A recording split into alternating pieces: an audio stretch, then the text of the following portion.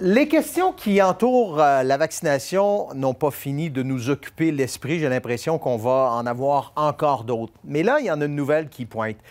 La question de la deuxième dose pour les gens qui ont déjà contracté le virus a été posée lors du point de presse hier du premier ministre Legault et du docteur Horacio Arruda. Le docteur Arruda a semblé dire, écoutez, si vous avez déjà eu la COVID, la deuxième dose n'est peut-être pas nécessaire. Quand on a des choses qui ne sont pas nécessairement claires comme ça, on se tourne vers des gens qui ont souvent la réponse, des spécialistes. Gaston Dessert est médecin épidémiologiste à l'INSPQ. Docteur Dessert, merci encore d'être avec nous ce soir. Merci à vous. Docteur Dessert, je vous pose la question de Mme Gagnon qui doit regarder là. L'année dernière, elle contracte la COVID, elle vient d'obtenir son vaccin, on lui donne le rendez-vous pour la deuxième dose. Est-ce qu'elle doit y retourner à cette deuxième dose? Bien, je vous dirais, les données scientifiques jusqu'à maintenant nous montrent que les gens qui ont déjà fait l'infection et à qui on donne une dose de vaccin vont développer des niveaux d'anticorps semblables à ceux qui ont reçu 2 doses de vaccin. Donc, normalement, cette dame-là n'aurait pas besoin de sa deuxième dose de vaccin. Est-ce que c'est nouveau comme information ou c'est juste que c'était passé sous le radar, là? Bien, c'est que, évidemment, les études qui avaient été faites avec les vaccins avaient été faites chez des gens qui étaient généralement des personnes qui n'avaient pas fait l'infection dans le passé. Alors, donc, les études cliniques là, ont été faites avec du monde, entre guillemets, naïf, donc des gens qui n'avaient pas fait l'infection.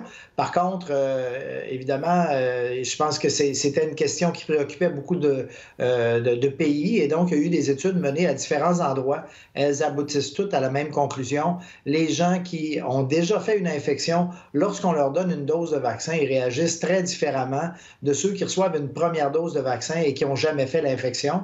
Et en réalité, ils se comportent exactement comme des gens qui viennent pour leur deuxième dose, non seulement en termes du niveau d'anticorps qui monte, mais aussi du fait qu'ils ont plus d'effets secondaires. Donc, ils ont plus de fièvre, plus de douleurs musculaires. Et c'est ce qu'on voit avec les vaccins à ARN. La deuxième dose, il y a un peu plus d'effets secondaires qu'à la première.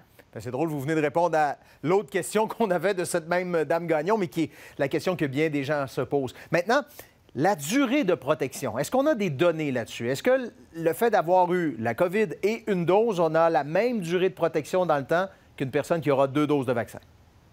Bien, je vous dirais, au meilleur de notre connaissance actuellement, il ne devrait pas avoir de différence. S'il y a quelque chose, on pourrait même penser qu'il est possible que des gens qui aient fait l'infection et qui aient une dose pourraient avoir eu, je dirais, une stimulation au niveau de leur système immunitaire qui est plus large que celle qu'on a avec le vaccin, parce que le vaccin ne cherche qu'à développer l'immunité contre la protéine à la surface, qu'on appelle la spicule, alors que lorsque quelqu'un fait l'infection, évidemment, pour l'organisme humain qui est infecté, il va développer des anticorps et des défenses immunitaires contre l'ensemble des composantes du virus. Alors, on pourrait donc croire que les gens qui ont déjà fait l'infection, qui ont reçu une première dose, devraient possiblement être mieux protégés que ceux qui ont reçu 2 doses de vaccin. Bon, maintenant, le variant.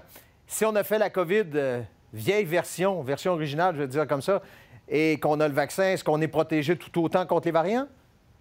Jusqu'à maintenant, les données qui ont été, des études qui ont été faites avec les vaccins à ARN et avec le vaccin AstraZeneca contre le variant britannique, là, qui est celui qui est le plus fréquent actuellement au Québec, puis même au Canada, ces 3 vaccins-là fonctionnent très, très bien.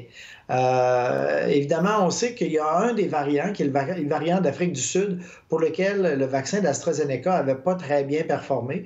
Mais encore une fois, c'est un des variants qui est à peu près absent là, du portrait pour le moment. Justement, est-ce que ça vous inquiète? Est-ce que dans la course qu'on a entre la vaccination et les variants au Québec puis dans la région, je sais que vous avez le regard sur l'ensemble du Québec, est-ce qu'on est bien positionné dans cette course-là maintenant, là?